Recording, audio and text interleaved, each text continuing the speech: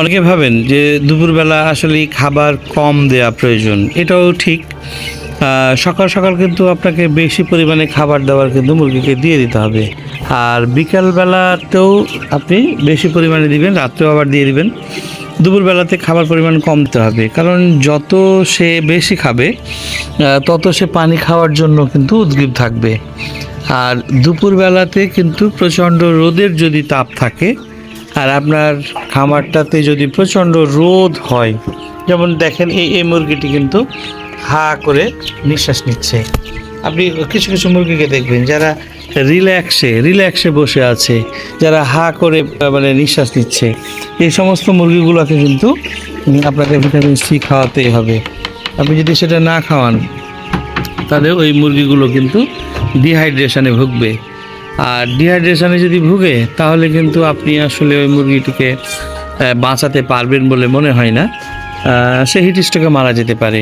এই জন্য আপনাকে দুপুরবেলাতে রেনামাইসিন সি বা রেনা সি যেটাকে বলি আমরা, কিংবা অনেক ধরনের আছে প্রমিক্স সি, মুদ্রা কথা হচ্ছে যে ভিটামিন সি আপনাকে দুপুরবেলাতে খাওয়াতে হবে।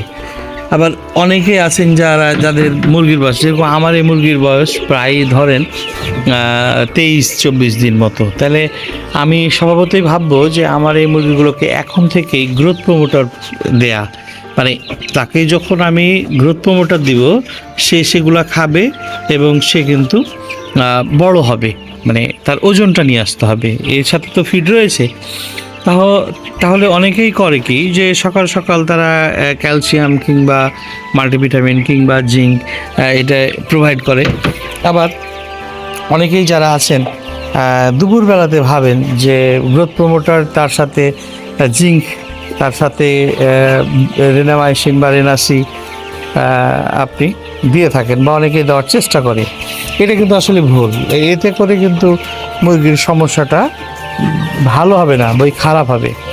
তো খারাপটা কি হবে আপনাকে ভালোভাবে বুঝতে হবে যে ভিটামিন সিটা হচ্ছে তাদের রোগ প্রতিরোধ ক্ষমতা উন্নীত করার জন্য, আর গ্রোথ প্রমোটারটা হচ্ছে তাদের ওজন বাড়ানোর জন্য। তো এই দুইটা কিন্তু দুই মেরুর। হ্যাঁ, তো এই জন্য আপনাকে যে কাজটা করতে হবে দুপুরবেলায় শুধু দুপুরবেলাতেই আপনাকে ভিটামিন সি ব্যবহার করতে হবে, যেটা দুপুরবেলার যে ধকল, রোদের যে তাপের ধকল, সে ধকল কিন্তু সে ভিটামিন সি থেকে কিন্তু করতে পারবে, মানে ধকলটা সইতে পারবে। আর আপনি যদি তাকে এর বাইরে তার সাথে এক্সপেরিমেন্ট করেন তাহলে কিন্তু সে মানে বিপদে পড়বে, আপনিও এবং মুরগির বাচ্চাগুলো। আর আরেকটা জিনিস খেয়াল করেন যে আমি কিন্তু এই মুরগির বাচ্চাগুলোকে ক্রমবর্ধমান আমি কিন্তু মানে তাড়াচ্ছি, এক জায়গাতে কিন্তু স্থির রাখছি না। হ্যাঁ, এটার কারণ হচ্ছে যে মুরগি তো আসলে মানে অলসচোদা একটা জাত, তাই না? একে যত আপনি মানে তার স্থান পরিবর্তন করাবেন ততই কিন্তু তার জন্য ভালো, মানে স্থান কিন্তু তাকে পরিবর্তন করাতেই হবে। এতে করে হয় কি যে সে তার স্থান পরিবর্তন করলো, হ্যাঁ, আর তার মধ্যে যে খাবার গ্রহণের প্রবণতা, হয়তো এমন মুরগি আছে যে মুরগিগুলো মানে বসে আছে, খিদে লেগে আছে, কিন্তু সে কিন্তু বাড়াচ্ছে না, হ্যাঁ, অলসতার কারণে বাড়াচ্ছে না বা সে খাচ্ছে না। তাহলে এতে করে হবে কি ওই মুরগিটার ওজন কিন্তু অন্যান্য মুরগির তুলনায় আসবে না।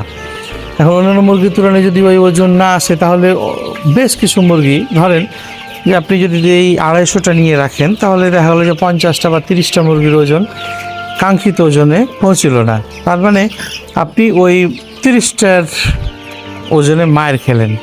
আপনার যে লাভের অঙ্কটা আপনি যেভাবে দাঁড় করানোর চেষ্টা করছেন সেভাবে কিন্তু দাঁড় করছে না। এই যে দেখেন আমি মুরগিগুলোকে তাড়াতাড়ি করলাম, এই জন্য কিন্তু দেখেন তারা বিভিন্ন জায়গাতে কেউ পানি খাচ্ছে, কেউ খাবার খাচ্ছে, হ্যাঁ, কেউ দেখেন যে বিভিন্ন জায়গাতে খাবার খাওয়া শুরু করেছে। তার মানে ওই যে রিপ্লেস হলো, যারা খাবার দাবার প্রচণ্ডভাবে খেয়ে রেখেছে তারা কিন্তু আবার খাবারও খাবে না, পানিও খাবে না, তারা কিন্তু দেখেন যে কিছু কিছু জায়গাতে রিল্যাক্স হয়ে বসে আছে, এভাবে রিল্যাক্স থাকবে।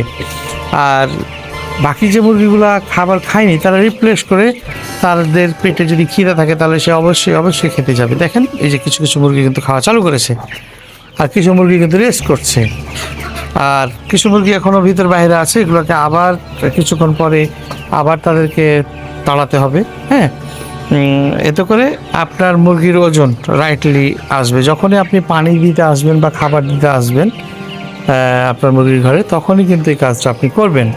এবং অনেকেই আছে যারা খাবার দিয়েই চলে যান বা পানি দিয়েই চলে যান, মানে মুরগির ঘরে আর কিছু ভাববেন না, তাই না? মুরগিদের অসংখ্য সমস্যা হতে পারে। আপনি সেটা কিভাবে বুঝবেন? অনেক খামারি আছে যাদের মুরগির সমস্যা প্রকট হয়ে গেছে, তারপরে খবর পেয়েছে, কিংবা একটা দুইটা মুরগি মারা গেছে, তারপরে সে বিষয়টা লক্ষ্য করছে আমার মুরগিটা কেন মারা গেল, এবং সেই অনুপাতে কিন্তু তার ট্রিটমেন্ট কিন্তু দেওয়া শুরু করে, তাই না? এই ক্ষেত্রে কিন্তু তার দেরি হয়ে যায়, আপনি দেরি করে ফেলেন, যার কারণে পরবর্তীতে ওই মুরগিগুলোকে বাঁচানোর জন্য আসলে কি সমস্যা হয়েছে এটা নির্ধারণ করতে করতে দেখা গেল যে 3-4 দিন চলে গেল, যদিও মুরগি ভ্যাকসিন করা থাকে, সময় নেই। কিন্তু 4-5 দিন পরে দেখা গেল যে আপনার মুরগির 50টা নাই, তাহলে আপনি তো বড় ক্ষতিগ্রস্ত হবেন, তাই না? তো এই জন্য আপনাকে খাবার কিংবা পানি আপনি যেটাই যখনই দিতে আসেন না কেন, দেওয়ার পরে ন্যূনতম আপনি আপনার মুরগির ঘরে 1 ঘন্টা, কমসে কম 1 ঘন্টা মনিটরিং করবেন, তারা খাচ্ছে কি না বা কেমন খাচ্ছে, আপনি কেমন পানি দিতেন। মুরগির ওজন নেওয়ার জন্য এগুলো কিন্তু গুরুত্বপূর্ণ। এই বিষয়গুলোকে আপনাকে কিন্তু মাইন্ডে রাখতেই হবে। হ্যাঁ, তো এই জিনিসগুলো আপনাকে খেয়াল করতে হবে। আপনাকে খেয়াল না করলে কিন্তু আপনি মুরগির ওজন পাবেন না। হ্যাঁ, এমনি এমনি মুরগির ওজন আসবে না। কিছু মুরগিতে ওজন পাবেন, কিছু মুরগিতে ওজন পাবেন না, তা হবে না, তা হবে না। আমাদের উদ্দেশ্য হলো যে আমরা একটা বিজনেসে নেমেছি, আমাদের বিজনেসে মুরগির ওজন আসাই লাগবে। হ্যাঁ, সেটা 1.5 কেজি বা 2 কেজি আপনি আপনার দিন যেভাবে রাখবেন, যতদিন রাখবেন সে অনুপাতে, তাই না? তো এই ছিল আমাদের মুদ্রা কথা। আর রাত্রেবেলায় আপনি অবশ্যই গ্রোথ প্রমোটার ব্যবহার করবেন, জিঙ্ক ব্যবহার করবেন।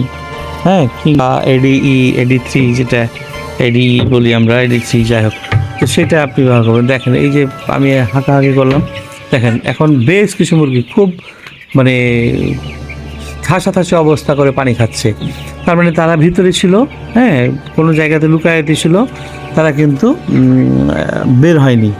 এখন তাদেরকে যখন বের করলাম, তারা কিন্তু দেখেন এখানে কিছু মুরগি কিন্তু খাওয়া চালু করেছে, আর কিছু মুরগি রিল্যাক্স। আপনার যে মুরগির পেটে খাবার রয়েছে পর্যাপ্ত পরিমাণে, সে কিন্তু তো খাবে না, তাই না? কিন্তু যাদের পেটে খাবার নাই তাদেরকে তো তাড়াহুড়া করে জায়গা রিপ্লেস করাতেই হবে। আর যখনই জায়গা রিপ্লেস করাবেন তখনই সে কিন্তু এসে খাবারের পাশে থাকলে খাবার খেতে লাগবে। আবার তৃষ্ণা যদি থাকে তাহলে তৃষ্ণা সে মিটাবে। এটা কিন্তু জোর করে করা, তাই না? আর যদি আপনি সবসময় তার থাকবেন, 1 ঘন্টা পরে হয়তো চলে যাবেন, তাহলে বাকি টাইমটা কি করবে? এটা তো মাথায় প্রশ্ন আসবে, তাই না? বাকি টাইমটা কিন্তু তারা তাই করে, যখন প্রচণ্ড তাদের মধ্যে তৃষ্ণা জাগে তখন সে বাইরে এসে কিন্তু সে পানি খাওয়ার চেষ্টা করে।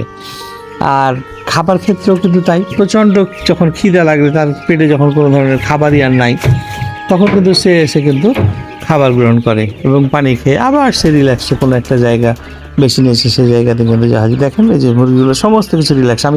আমি যদি এদিকে তাড়াই, দেখেন তাড়ানোর পরও কিন্তু এদের কোনো নাই, মানে রিয়াক্ট নাই, দেখছেন না? এই যে দেখেন আমি এদিকে তাড়াচ্ছি, এই যে দেখেন, এই যে তাড়াচ্ছি, দেখেন এই যে তাড়াচ্ছি, এই যে দেখেন পানি খেতে লাগলো।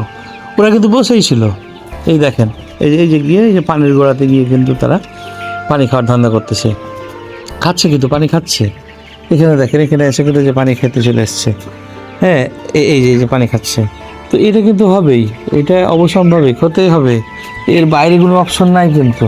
হ্যাঁ, আপনাকে যে জিনিসটা ভালোভাবে মাথায় রাখতে হবে সেটা হচ্ছে যে তাকে পানি খাওয়াতেই হবে, উপায় নাই। কিন্তু আপনি যত পানি তাকে খাওয়াতে পারবেন তত সে খাবার খাওয়ার জন্য উদ্গ্রীব থাকবে, খাবার খেতে থাকবে। এই যে দেখেন, এই যে ওখানে পানি খেতেছে, আমি যেহেতু ভিটামিন সি দিয়ে রেখেছি।